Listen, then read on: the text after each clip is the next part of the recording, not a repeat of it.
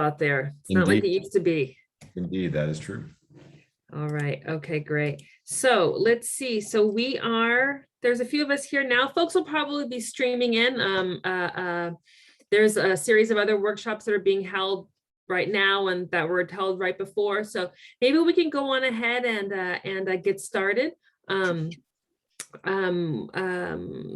for everybody here, my name is Dr. Jessica Gallucci. I'm the chair of political science at Chabot College, and I'm just really so happy and grateful that we were able to have the current diplomat in residence for the Northwest for the United States State Department, Rangel, come and speak with you guys about careers abroad in U.S. embassies, and not necessarily only U.S. embassies, other international organizations through the State Department. And do you mind if I read your bio, Ryan? What's it need to do? For sure, no problem. Okay, great. So the State Department administers U.S. foreign policy abroad through American embassies around the world. Would you like to work or intern abroad on political and economic issues, assisting foreign nationals obtain visas, or promoting American education and culture, and a whole series of other things that I didn't have room for on this flyer? You're in the right place. So please join us for a conversation with State Department diplomat Ryan Gliha. Gliha was the former Consul General and U.S. representative to the Organization of Islamic Cooperation and the U.S. Consulate General in Jeddah, Saudi Arabia. He'll be here to talk to you guys about careers in the Foreign Service and about the State Department internship program, which I did many years ago, and also about fellowship programs that are offered by the State Department. There's a whole series of different career tracks in the State Department that aren't the ones that we always traditionally think of as kind of going and being a political analyst or working on political and economic issues out of an embassy. There's a whole series of different career fields, and he'll provide information on how you can prepare for and apply for a wide variety of student and career positions. So thank you for being here, Ryan. Great, my pleasure. If it's all right, I'm going to go ahead and share my screen if that's okay. I've got a absolutely. Let me stop sharing mine. Great. Anyway, great to see everyone here today. Thank you for that kind introduction. Let me go ahead and share that. Can everyone see that slide, career opportunities, U.S. Department of State? Wonderful. Well, it's a pleasure to be here. And thank you again for the opportunity to come speak to Chabot College. You're just down the street from where I live, and so my kids are always shouting when they see the signs on the freeway to Chabot College. So hopefully at some point we'll be able to do this in person and visit at some point. But just a little bit about me. You heard a bit of my bio from your professor just now. But I am the diplomat in residence for the Northwest, so I cover Northern California, Oregon, Washington, and Alaska. I'm not from the Northwest. I'm from the Southwest. I'm from Arizona. Did my undergrad out there at Arizona State. I did my graduate work at University of Pennsylvania. I studied religious studies, so I'm not a liberal arts degree, not someone that's coming from the international relations world. But that's one of the things we're going to talk about, is that who do we recruit? And it really is a very wide swath of people in your education background. We look for lots of diversity in that front here. I've been in the Foreign Service about 19 years. I'm a Foreign Service officer, a senior Foreign Service officer.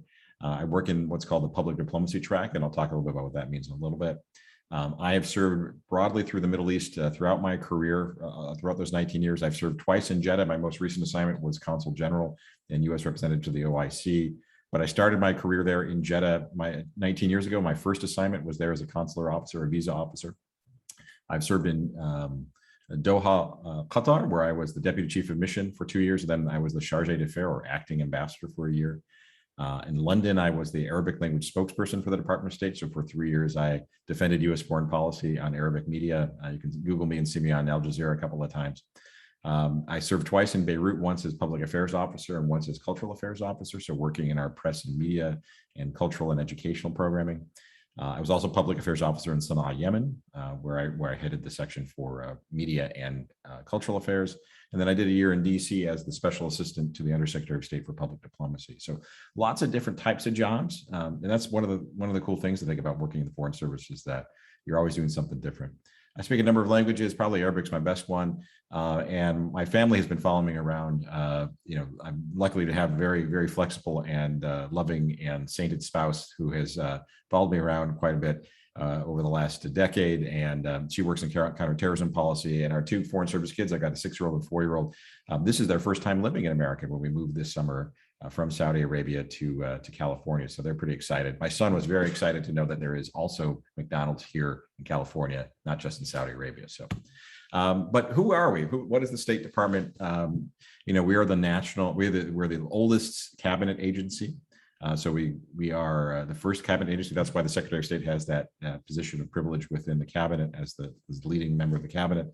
Why are we called the Department of State? Well, we used to do everything for the state. Back in the 18th century, we did everything that wasn't part of another department, specifically designated to another department. So we used to print the money. We used to deliver the mail.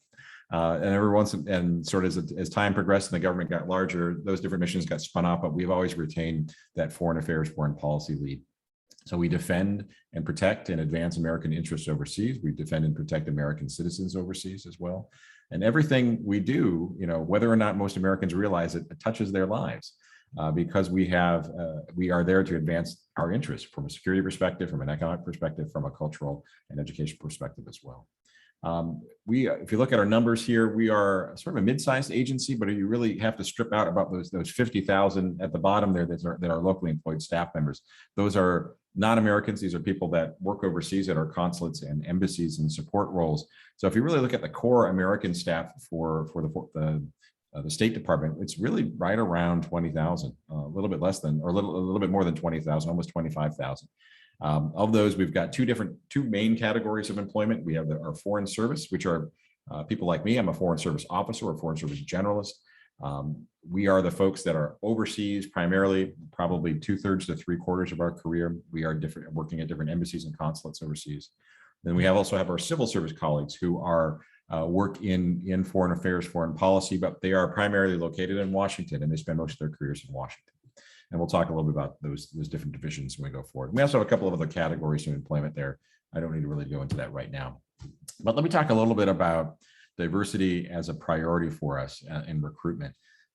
We really don't have a great track record historically. In many ways, we are an 18th century organization because of, we are an elite organization. It's very, it's very competitive to get into the Foreign Service. And sort of for a long time, we just used that as our recruiting philosophy. Why do we need to go and talk to anyone?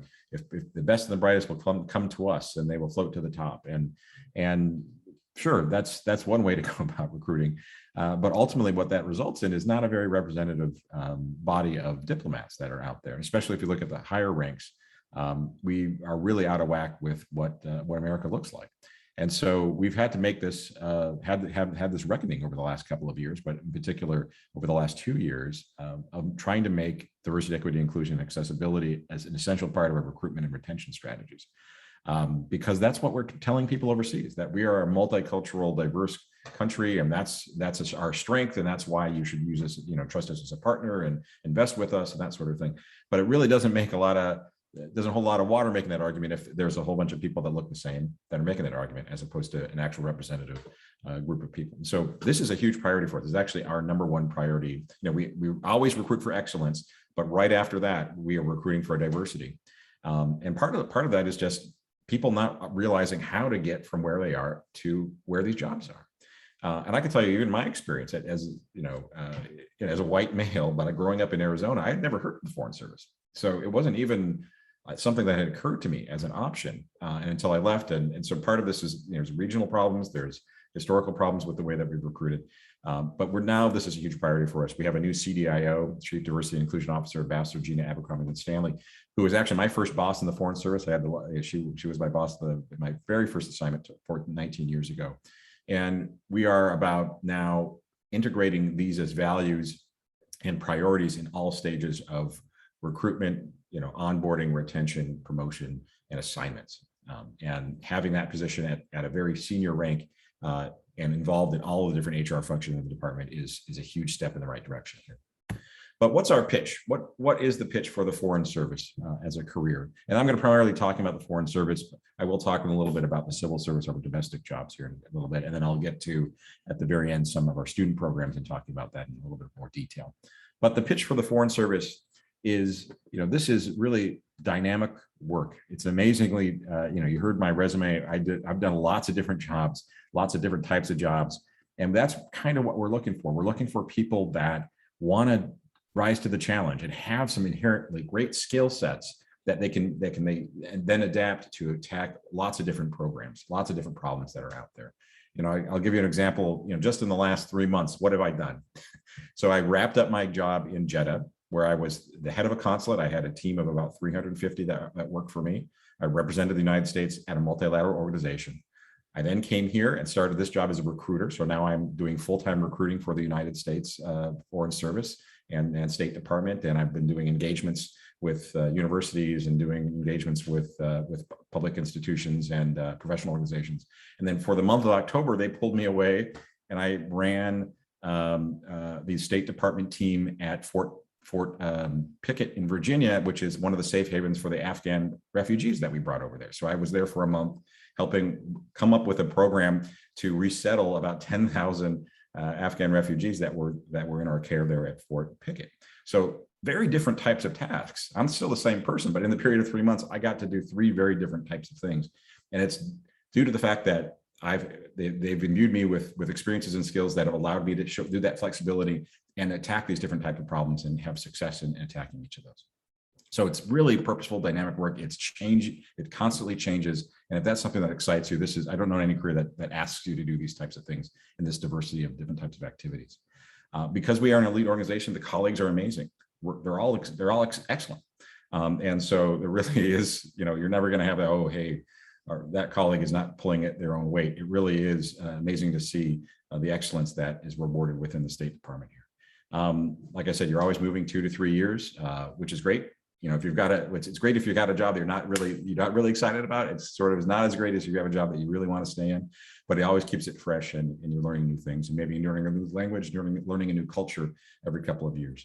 About, like I said before, 2/3 to 3/4 of your career is overseas. You do have some time that you'll be doing in headquarters in Washington throughout a career, but the vast majority will be overseas. We invest in training. If you don't know it, we'll train you in it, whether it's a language, whether it's a job skill. When you join the Foreign Service, you spend up to a year in training prior to your first assignment. So it really is a great investment in professional and personal development. All the promotions are performance-based, they're competitive. And so you really are in an environment where the competition is a good competition and really pushes people to succeed and to excel. And, from the money standpoint, from a salary standpoint, it's not fair to compare salaries from private sector versus public sector. But where we do have a advantage there with the Foreign Service in particular is our retirement packages. The Foreign Service, you can qualify for a full pension only after 20 years of service. And so a lot of people use this as a platform to have some financial stability and then do something after the Foreign Service that maybe is not as lucrative, but is more sort of close to what their heart's desire might be. So what are the gigs? What are the different types of jobs you can do within the Foreign Service? We have 21 different career tracks within the Foreign Service. And some of them are like Dr. Galucci was saying, some of the things are the ones that you kind of the stereotypical, maybe, Hollywood version of what a diplomat does, but a lot of them are things you might not realize. But so let me talk about Foreign Service generalists or Foreign Service officers first. These are maybe the more Hollywood diplomat type jobs that we've got out there. And there's 5 career tracks that we talk about under the generalist umbrella. Consular, economic, management, political, public diplomacy. Our consular officers are people that adjudicate visa applications. They're the people that help Americans overseas with passport issues. If you get arrested, they're the people that would visit you in prison. So they're the kind of human interface portion of a consulate or an embassy there. Our economic officers are people that study and track and write reports and analysis on what's happening economically in a country or in a region. They also do a lot of promotion of foreign or U.S. commercial interests overseas. Management officers, there are operational leads. They're the people that manage the embassies and consulates and the staffing and the physical buildings and all the services that are provided, everything that's necessary to run a consulate or an embassy overseas. Our political officers do similar work to what the economic officers do, except they're focused on the politics of a country. They meet with political leaders. They often are the ones that are doing a lot of the government to government interface, delivering official messages from our government to the host nation's government. And public diplomacy, that's what I do. And I've done them throughout my career. These officers do everything geared towards foreign audiences that isn't the government. So it's anything, any other institution, whether it's a university or cultural institution, or direct engagement with the media through traditional media or social media, that's in the realm of public diplomacy here.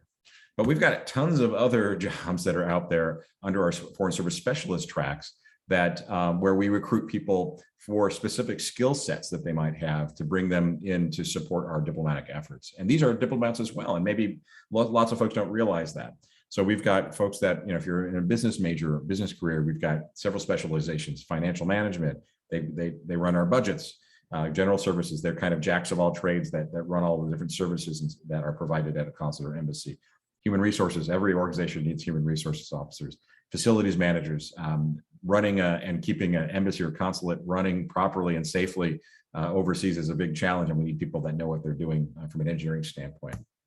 If you've got a STEM degree or looking at a STEM degree, we've got lots of different career tracks here. So we hire a ton of engineers, a ton of systems engineers to be information management specialists and technical specialists, to work on our secure communications, to help us with data visualization, how to apply technology to diplomacy here. We've got several security related specializations, including security engineers, these are the people that actually have all the countermeasures in place at a consulate or an embassy, and they make sure those are running, and sometimes they invent new ones. We have folks that help us with construction. We have to build our consulates and embassies as well, so we hire a ton of construction engineers and architects and such. And then our healthcare providers, people that help make sure that our communities stay safe and healthy. They had a huge role in the last year with the rollout of vaccines overseas, where we're in over 270 different posts overseas, and not every country had access to vaccines. And so we had a huge operation to get vaccines out to all our consulates and embassies to make sure we kept people healthy. And so these are career tracks where, I don't know many people that are going into IT studies thinking I'm going to be a diplomat. But the point is, it is a path that's open, and we need them. And these are diplomats and part of our diplomatic efforts. And so, if they want that lifestyle, and they have that specialization, this is a great opportunity for them. And then finally, we've got a couple of other career tracks that are just sort of, I don't want to say random, but don't really fit into another category here. So we have some entire federal law enforcement agency that's part of the State Department called the Diplomatic Security Services. And they have federal special agents that we hire that help with law enforcement issues overseas. If you saw the Fast and Furious movies with The Rock's Dwayne Johnson's character, he's supposed to be a DSS agent. I don't know how accurate that depiction is of the actual work of DSS, but it was nice to see at least a positive to neutral to positive depiction of a DS agent in Hollywood. Our diplomatic couriers, also, if you like travel, this is a great job for you. You are always on the road, making sure our secure shipments get place to place. And then we've got two sort of public diplomacy specializations, one that works with helping devise public engagement strategies, and another one that helps promote teaching English as a second language overseas. So, lots of different specializations that are directly involved in our diplomatic efforts. We also have a new program, and this is for folks that maybe don't want to commit to a whole career in the Foreign Service or want to get a taste of it. This is our Consular Fellows program, and it's geared towards folks that speak one of these four languages: Portuguese, Mandarin Chinese, Spanish, and Arabic, where you get a temporary appointment of up to 5 years into the Foreign Service as a consular officer, as a consular fellow. And you work in visas, American Citizen Services. Really, you're doing the job of an AVIC consular officer, but you're not. It's only for 5 years. So a lot of people try to do this right after graduation, maybe as a taste for this, and see if they really like the Foreign Service lifestyle or not.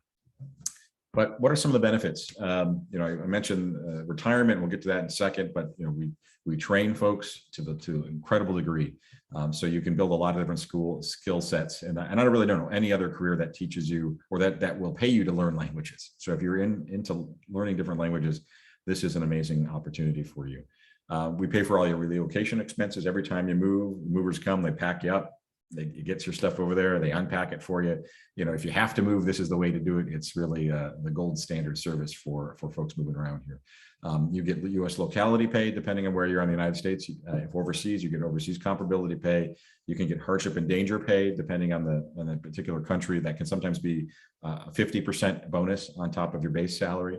You also get cost of living adjustment. So if it's more expensive in the city that you're living in versus what it would cost to live in the United States, you'll get an extra bonus there. And then some of the positions are eligible for student loan repayment as well. So the State Department will pay back a certain percentage of your loan every year if you're serving in places that qualify for that program. Retirement benefits are many. Pension I mentioned already. You also get a generous 401k equivalent called the Thrift Savings Plan, and very Cadillac types of life, health, and vision and dental insurance that you're eligible for through the federal government there. If you're overseas, you get free housing. I mean, that's why a lot of foreign service officers really enjoy the overseas service, because you don't have those costs. I mean, heck, I live here now in the Bay Area. My eyes just popped out of my head when looking at the housing costs that were here after having been overseas for basically 9 of the last 10 years. So it was a great benefit to have. If you have children, we'll pay for your private schools overseas. And so it's a great opportunity for the kids to get some very high quality education when they're overseas. Very generous annual and sick leave plans. You also get home leave in between between overseas assignments, so you get reacclimated to the United States. And if you're at a hardship post, you get a free ticket for you and your family home to the United States, or to a rest and recuperation point overseas if you so desire, just to kind of recharge your batteries every once in a while. We also look to support your family overseas. So if you're coming in with a partner or a spouse, we look to try to find employment for them at consulates and embassies overseas, to take advantage of their skill sets. And there's a lot of positions that spouses are doing that are essential to the conduct of diplomacy.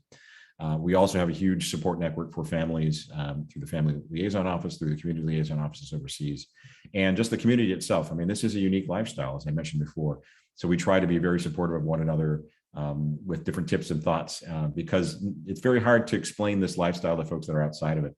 I know I've been in almost 20 years and I still have to explain to my mom what I do and what it feels like and such. So it is unique. And so we have to support each other that way. But who are we looking for? What is really what we're looking for? I mean, I mentioned and sort of teased before that, you really don't have to be, if you're political science or international relations, that's great.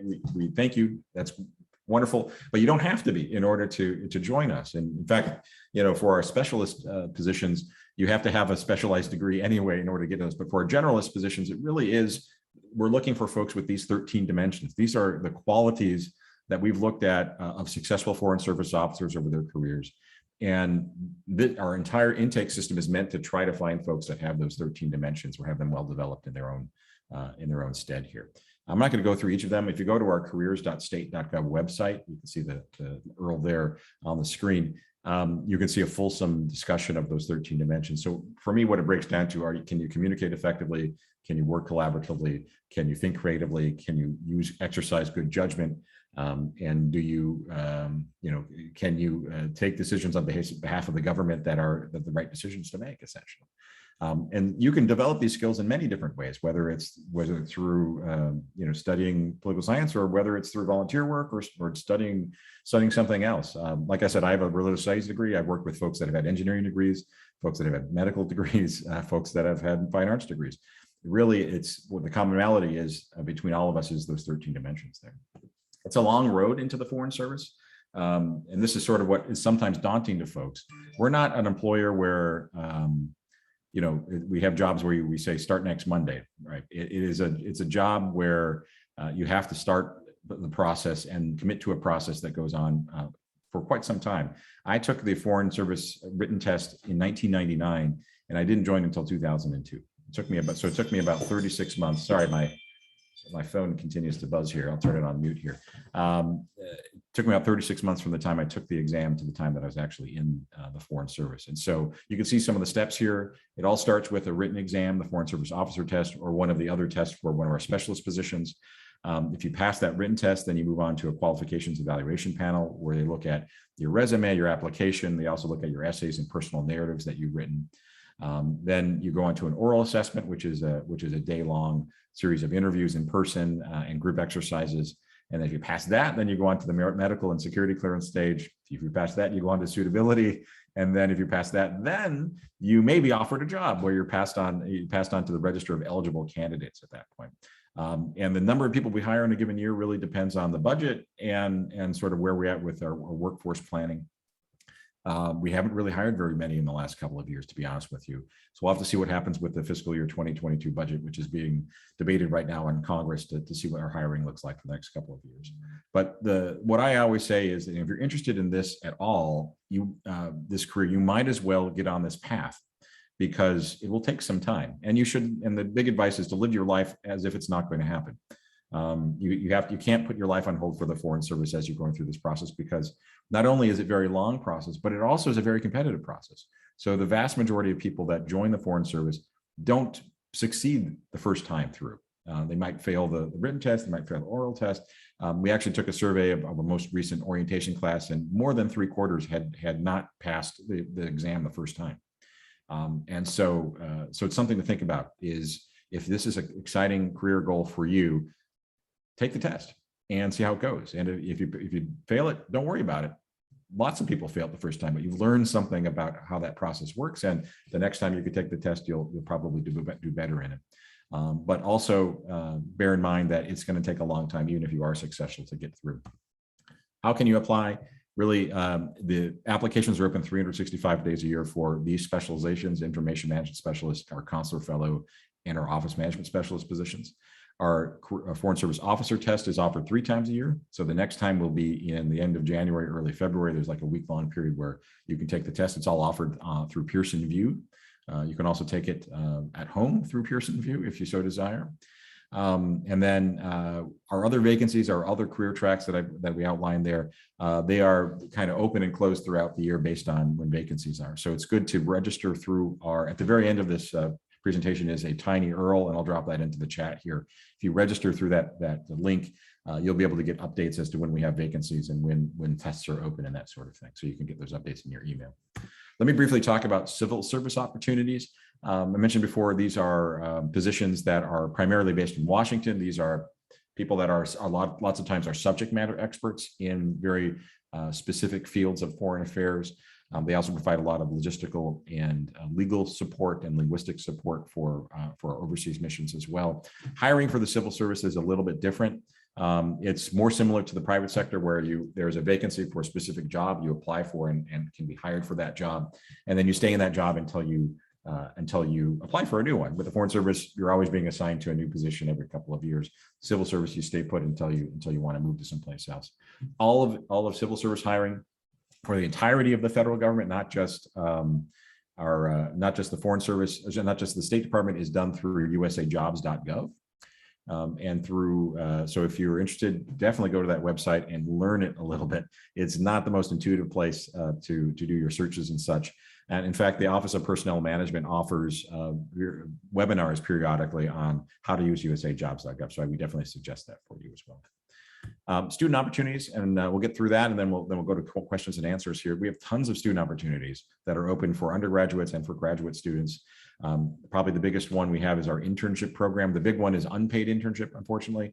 We do have a paid internship program called the U.S. Foreign Service Internship Program, which offers basically, if you get accepted, you get 2 internships over the summer that are paid.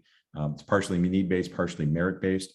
We've actually already made the selections for next summer, but if you be on the lookout for in the springtime for the applications for summer 2023, summer 2024 US FSIP program here. But our unpaid internship programs run spring, summer, and fall. We are selecting already for the summer of next year. If you sign up with us, we will have an announcement for next fall as well. Currently, all internships are virtual because of the COVID situation, but hopefully by fall 2022, we'll be back to in-person opportunities. Most of those are going to be in Washington. Many of them will also be overseas at different consulates and embassies, and just really depending on the local environment and what the local demand will be. We also have the virtual student federal service, which applications opened in July. That's a great opportunity for you to work for an entire year. It's a 10-hour-a-week internship that's done virtually, and it's very much project-based. So you actually apply for individual projects to work on with a mentor from the State Department or from another federal agency. But State Department is one of the major users of the virtual student federal service. I think I've got 5 interns that through the VSFS that are working with me this summer, or excuse me, this year, helping me cover this region a little bit better. We also are about to launch or have just launched the Rangel Summer Enrichment program for undergraduates. It's similar to our USFSIP internship program. It's a paid internship program, but Rangel is primarily focused on underrepresented communities within the State Department. And so I refer you to the Rangel Scholarship website. Take a look at that, see if you're eligible, and definitely encourage you to apply if you're interested in that. We have a number of graduate school fellowships. So if you're interested in graduate school, so once you're, these are fellowships that you apply for when you are also applying for graduate school. So you apply for them all at the same time. They're very generous scholarships. Again, Pickering and Rangel both focused on underrepresented populations within the State Department, within the Foreign Service. But they will pay for 2 years of graduate school. And then during those 2 years, you also get 2 paid internships within the State Department. And at the very end, if you successfully complete the program, you are given entry into the Foreign Service as a Foreign Service officer. So you get a career at the end of the day as well, which is amazing. And there's numerous study abroad opportunities on scholarships and fellowships. If you want to study a language overseas, we have the Gilman scholarships, critical language scholarships, Boren scholarships, Fulbright scholarships. I won't go into each of those, but they're numerous. If you go to the careers website, we've got a ton of information of how to apply for each of those. I'm going to skip over this next slide here, talk a little bit about a little bit more detail about these fellowships. So Pickering and Rangel, you can just see how lucrative they are. They pay for, it's over $40,000 a year that they provide tuition and living expenses here. The 2 internships, direct mentoring from career Foreign Service officers, and then you get that to be a Foreign Service officer at the end here. We've already selected for next year, but if you are, I know if you're looking at your junior year, when you get to your 3rd year or 4th year in college, these are things to take a look at, especially if you're looking to go to graduate school. We also have the Foreign Affairs Information Technology Fellowship Program. These are for folks that work in IT. The interesting thing about this is that you can actually use this for your final 2 years of undergraduate or for a master's degree or for a 2-year master's degree here. Similar setup there to the Pickering and Rangel Fellowship. This application is still open actually through January 31st of 2022. So if you're going into a technology field and you want to work in the Foreign Service, this is a great opportunity for you. Again, you can use it for your last 2 years of undergrad, or you can use it for a 2-year master's degree program. And then last program I want to highlight here is our Pathways Recent Graduate Internships. These are great opportunities if you want to work for the civil service. These are vacancies that are open periodically, and so you have to be registered with USA Jobs, and they come up like at random times during the year, so it's hard to predict. But it's for recent graduates, and then you work in that position for up to a year, and then you can convert that position to a full-time job, permanent position, which is why these are so competitive, because it's a really great speeded entry into the civil service. All of these are, like I said, is on usajobs.gov. So definitely take a look on that if you're looking at that. If you want to stay in contact with me, please, you may not be on Facebook anymore, but we are. So please come to Diplomat in Residence Northwest. That's our Facebook page here. You can also connect with us at U.S. Department of State online on LinkedIn. I also have virtual office hours that I conduct throughout the year here. So if you shoot me an email, you can see my email address there, dirnorthwest@state.gov. I can show you how to sign up for that. I'm pretty much booked through the end of the year, but I do have some slots open in January. But things open up, so just shoot me an email, probably the best way to communicate with me, and I can respond that way. This is that tiny URL I was mentioning before. So let me just go ahead and I'm going to stop sharing, and I'll drop that into the chat here for y'all. This will allow you to be registered with us first of all, but also give you the opportunity to just stay abreast of what's happening with our different career opportunities. And you'll also get notifications when I have different information sessions. I do a lot of chats with current diplomats and different specializations, and you'll get some information about the different activities we've got. So I just dropped that tiny URL in the chat. Feel free to click on that when you get a chance, and you'll get updates with us right in your inbox. That's what I've got. So I really love to hear from you and answer any questions you might have. Thank you so much. That's great. So, I mean, if I were, do you guys have what kind of questions do you guys have? I mean, there's a lot here to digest. What questions do you have, and what opportunities do you like to hear more about? Go for it, Khalil. Hi, so I was wondering, should one apply to the State Department and aspire to climb up the ranks? Would you recommend that they stay away from partisan politics and remain apolitical? Good question. So we're covered by the Hatch Act, like just like every other federal employee, where we are not able to be, in our position political, right? Using our positions to make a political statement or to endorse a political party or political viewpoint. That being said, many people are active in their private lives in party politics and such. But once you get to the senior ranks, there are even more strict restrictions on that. So, the fact of the matter is, diplomats, we serve at the pleasure of the president, and we serve regardless whoever's in that office. And so I joined in 2002. So this is my fourth president that I've served under. And the fact is, it doesn't really change what our job requirements are, depending on who's in office. And you may or may not agree with the particular political decision that's being made for, but that's part of the job, is that you're a professional, you have expertise that you offer and advice that you offer, and it ultimately is the elected leadership that decides the political direction of what we're doing from a foreign policy standpoint. And so our job is to give the expert advice, give our analysis, let them make the decision, and then support that decision the best we can to provide the best outcomes that are there. Being political, before you join the Foreign Service, I don't think really will have an effect on your ability to join the Foreign Service, to be honest with you. But you should recognize that once you are in the State Department as an employee, you will have some restrictions based on the Hatch Act as to what you could do while you're in that position.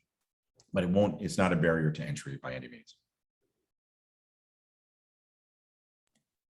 So I have a question for you that might be interesting for the students. I don't know, maybe it's just interesting for me. Way back in the old days, in fact, around 2002, 2003, I took the Foreign Service Officer exam and was going on to the next stage, and I got offered a full-time tenure track teaching position, and that was history. But at the time, I didn't feel like, and maybe that was off. Maybe I did have 3 years ahead of me to when I would ever have been placed at the time. And I didn't quite understand that. But since we're now at this 3-year kind of waiting period, let's say, or preparation period, do you ever know of folks that maybe are juniors or seniors in college and get started taking the exams and getting things rolling, since they know that it will be probably some period of time before they'd be able to start working? It's a good question. So technically for the Foreign Service generalist track, the only requirements to apply are you have to be 21 years old and you have to be a US citizen. That's it. You don't even have to have a college degree technically. Now, I think it's been probably more than 150 years since we've had someone as a Foreign Service officer that didn't have at least a bachelor's degree. And if you actually look at those 13 dimensions that I was talking about before, the system is set up to pick up people that have experience in all those dimensions or have developed skills in all those dimensions. And so sometimes it's a little hard to make that case if you don't have a lot of life experience or a lot of work experience. In fact, the average age on entry now into the Foreign Service is about 33 years old. And so what that says is, it doesn't mean that younger or more junior people aren't capable. It just shows that they are not as competitive relative to folks that have a little bit more life and work experience under their belts. And so we do have a number of people that come in right out of undergrad, but they are a very small number of people. So 3 years is sort of not the average. That was my experience. We see people come through in maybe 18 months to 24 months at times, but it's not a matter of weeks, right? It's a matter of months, if not years, on that process. So I would encourage people to take that exam as soon as they're eligible, if they're interested in this at all, because first of all, it doesn't cost anything, right? It's a free exam, but also, you may need a couple of bites at the apple in order to get through that. So we just had someone that joined a recent class of new Foreign Service officers who took the written exam 5 times. The first 3 times she failed it at some point along the way, I think different stages along the way. The 4th time she made it all the way through, and then was put on the register of eligible hires. And then she was waiting, and she waited a year, and then she was eligible to take the written exam again. So she took the written exam a 5th time while she was waiting for that job offer to come to fruition. And she failed it. She failed it at some point along the line. But we got offered a job and joined eventually on that 4th time that she took it. The 4th time she passed it. So, the lesson from that is there are so many different ways in which someone will be successful or not successful in this intake process that have nothing to do with that person. But did she get really bad in the interviewing year between the time that they passed and she failed? No. What probably happened was we had a different, pass score that had to be raised because maybe we were taking just a very small number of people that year. And so that's the thing, is that, people get discouraged when they come across something where they failed, but the government is so big and complex that there's many macro reasons that might affect why you passed or why you failed in something in a given year. And so the only suggestion we have at this point, with lack of a better process, is just to be persistent about it and to apply a couple of times. So, kind of roundabout way of answering your question. Yeah, if you're 21 years old and a junior in college, take the exam. See how it goes. If you're interested in this, you may or may not succeed, but ultimately it may be something where you learn something and it may put you on the path in order to go forward. I joined when I was 25, so I was one of the younger folks in my class, but I had several years of graduate school under my belt by the time I was in the Foreign Service. But I had people in my orientation class that were 59 years old. We had 2 people that were 59 years old. That is our upper age limit to join the Foreign Service. You have to be joined by the time you turn 60, because we have mandatory retirement at age 65. So we get a large age group, large range of people joining in terms of their age. So a lot of people come back, to this after think of this as something in their youth, but then maybe have a career and then they come back to it afterwards. We have a lot of former professors actually that are Foreign Service officers. So. Yeah, a long and hard, tough and dangerous career in the hallways of higher education leaves you running to a forum posting. Other students, what questions do you have? What would you like to learn more about?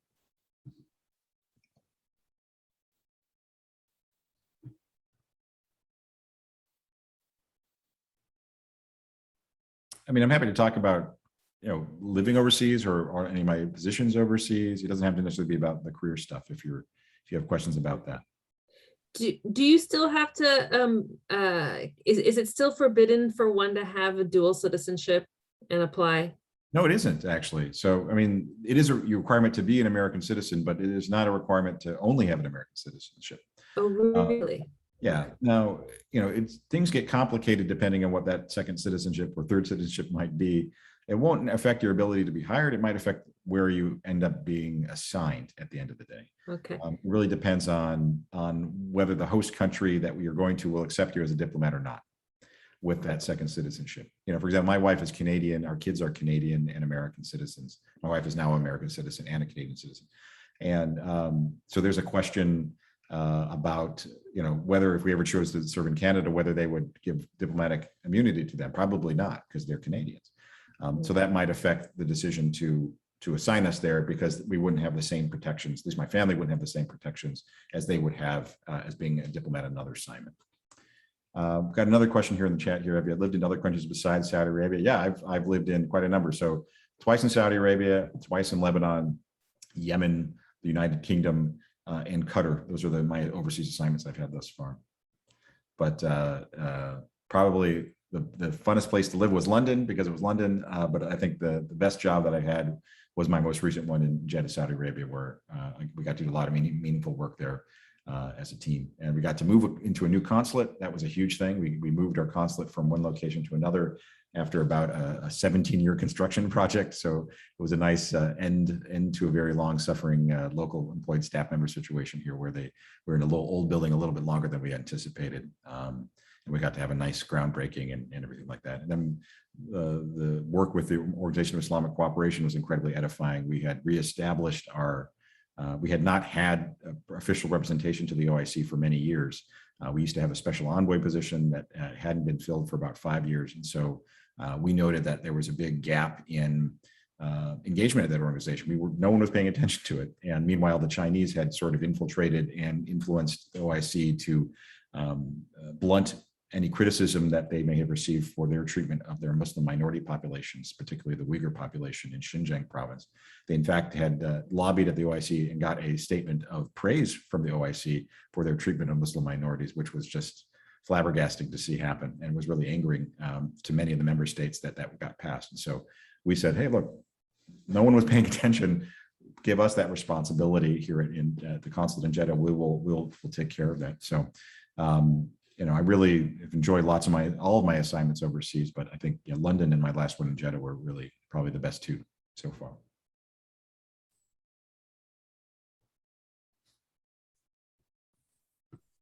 What were some of the things you did as a diplomat? Like, I was just curious of some of the jobs or Sure. yeah, some of the jobs that you did as a diplomat overseas.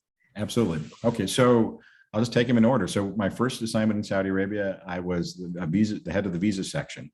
And so what I did was I adjudicated visas. So people came in and I interviewed them to see whether they had a legitimate reason to go to the United States. We did security checks on them to see if they were a security threat. And keep in mind, I did this in 2002, right? Early 2002, which was right after 9/11. So everything about our relationship with Saudi Arabia was under scrutiny at that point, and our entire visa regime had changed so much. So we were doing this in a context of a lot of scrutiny and a lot of strain between the relationship. Right after 9/11, the demand for Saudis to go to the United States dropped by about 90%. So we had very few people applying, first of all, and then we were scrutinizing those applications very carefully.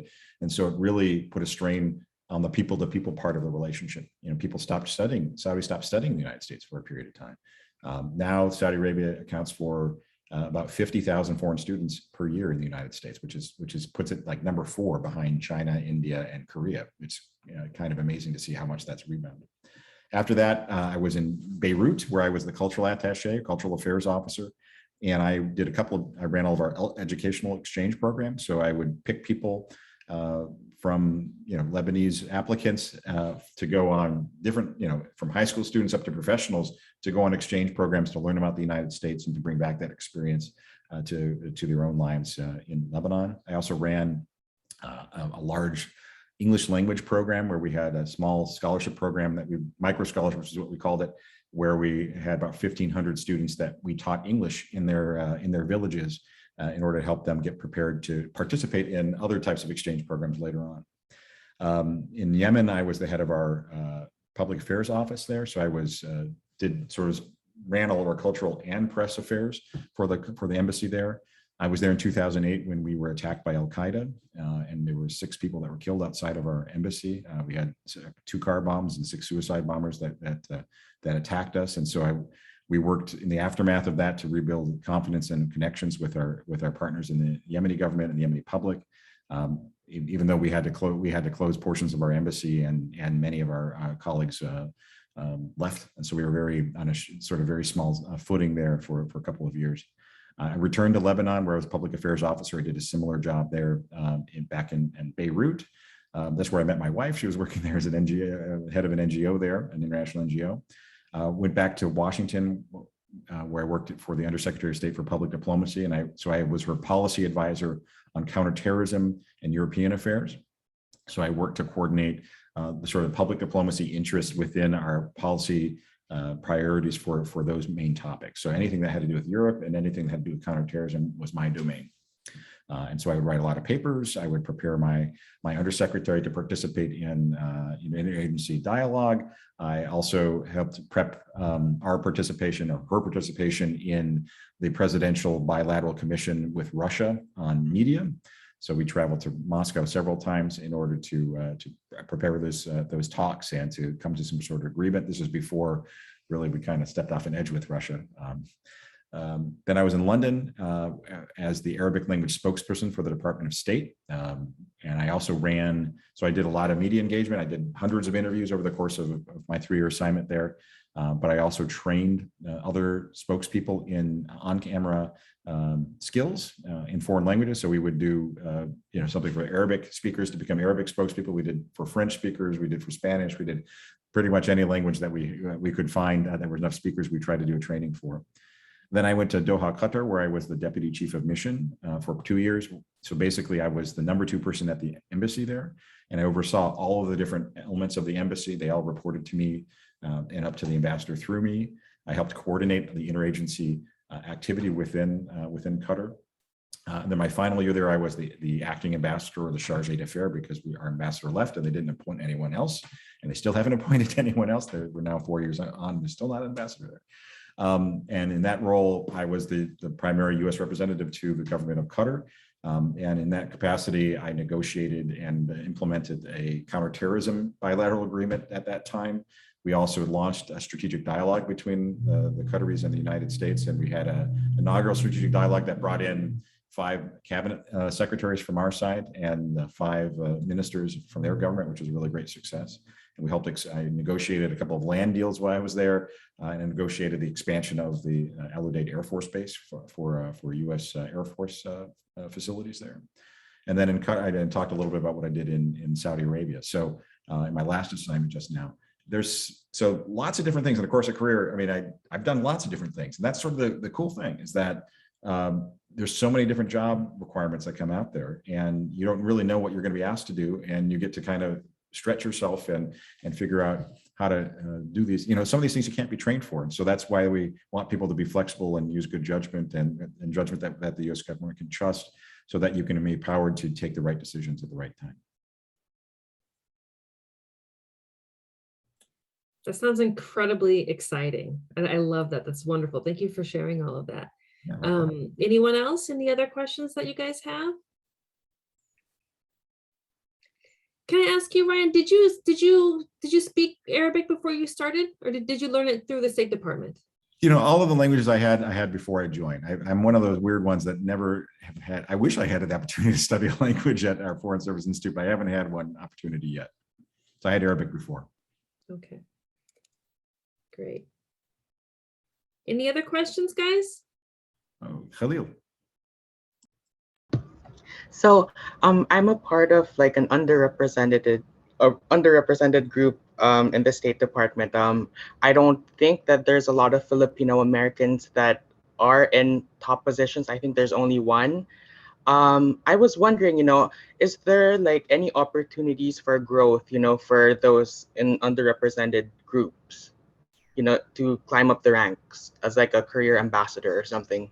Well, absolutely. I mean, we do have a Filipino American as a career ambassador, Ambassador Michelle Sisson. She actually was my ambassador in Lebanon the second time I was there. But you're right. This is it's unfortunately been somewhat rare, and that's why we're trying to do the things that we're doing now to not only work with recruiting representative populations, recruiting people to represent the United States in all its diversity at the entry level, but also try to figure out how we can support people through their careers with the right mentorship and the right sort of opportunities there. So I can tell you there is a conscious effort to reform that part of our foreign service as well, making sure that everyone's getting opportunity to develop and to move forward. We have a number of different affinity groups within the State Department that are key to these different underrepresented groups, and we provide resourcing for that and senior mentorship for those groups as well. The main way in which we're trying to fix the representation issue we have here is with the intake. So that's why we have Rangel and Pickering Fellowship. These are our primary diversity mechanisms for getting more underrepresented populations into the State Department here. So I would consider, if you're interested in pursuing this and you're going to graduate school as well and getting that paid for, I would take a look at Pickering and Rangel. When the time comes when you get close to applying for graduate schools. You apply for those right at the same time you're applying for graduate school. I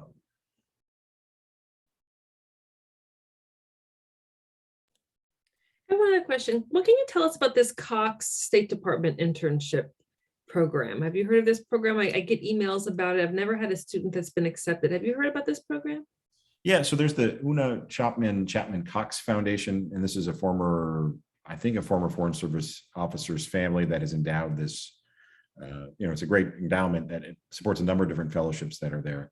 So I think this is an internship. It's a private sector funded or charitable sector funding for internships in the State Department. So it's basically providing what we should have been providing all along with now we have with our US FSIP program, our US paid internship program. It's a similar thing. But I think they only fund a couple of those slots per year. I mean, it's not like hundreds of slots. I think it's single digits. All right, does anybody else have any questions before we let Ryan go and thank him for coming? I was wondering, do you have any general characteristics or traits that someone or like a majority of staff in the Foreign Service has that makes you successful in this career path? Absolutely. So that's, I had that slide earlier on the 13 dimensions. But if you go to the careers.state.gov website, you can see a really good discussion of those 13 dimensions. And those are the traits. We've studied it. We've had, consultant groups come in and look and provide us advice on this. Those are the 13 traits or dimensions that really predict success as a Foreign Service officer. And so if you can look for experiences, whether they're at school or whether they're in volunteer work or working in a job that help you develop those different skills, those are the things that are going to not only help you succeed, but those are the things that we're going to look for in our intake process. So if you can demonstrate those things in our intake process, that's going to make you more successful. Great. Well, thank you so much, Ryan, for coming and for spending this time with us and really going in depth and giving us a large overview of all the different types of opportunities that exist, from virtual internships that we can do from our home right now, all the way till, essentially traveling the world and retiring even with a fabulous pension after 20 years after serving U.S. interests around the world through the State Department. So thank you. Thank you, students. Well, I'm not done yet. I've got, after this, I'll go see what I do after this gig. But we'll, a lot of people think these are retirement jobs, but it really is just now we're getting people involved in recruitment earlier in their careers. So I've got time left. So you'll see me overseas again some other time. Oh, no, I wasn't talking about you. I was kind of thinking about the whole idea of thinking about starting now that they may be 21 years old and they could be there until they're 65. I mean, it's pretty incredible opportunities. Really thinking about, and I will be posting a bunch of, Ryan, do you mind if I post this on our Chabot Political Science YouTube? Go for it. Okay, so I'll be posting some links in the description about all these different types of jobs. I mean, the civil service jobs in DC sound pretty exciting, and there's a lot of great work that you guys can do there, all the way to taking the Foreign Service exam and everything in between. So once again, thank you, Ryan, and everyone, can you give Ryan a round of applause? Although I guess maybe this isn't the right place to do it. Thank you. Thanks, everyone. Okay. Very good. Excellent. All right, great. So Ryan, I'll be keeping in touch, and maybe, are you going to be here for another year? I'm here for at least 2 years. So yes, okay. Feel free to reach out. Okay. Well, when we're all back and ready and on campus and stuff, maybe we'll have you come to campus sometime next year. Sounds great. All right. Thanks, everyone. Have a good one. Great. Thank you. Take care.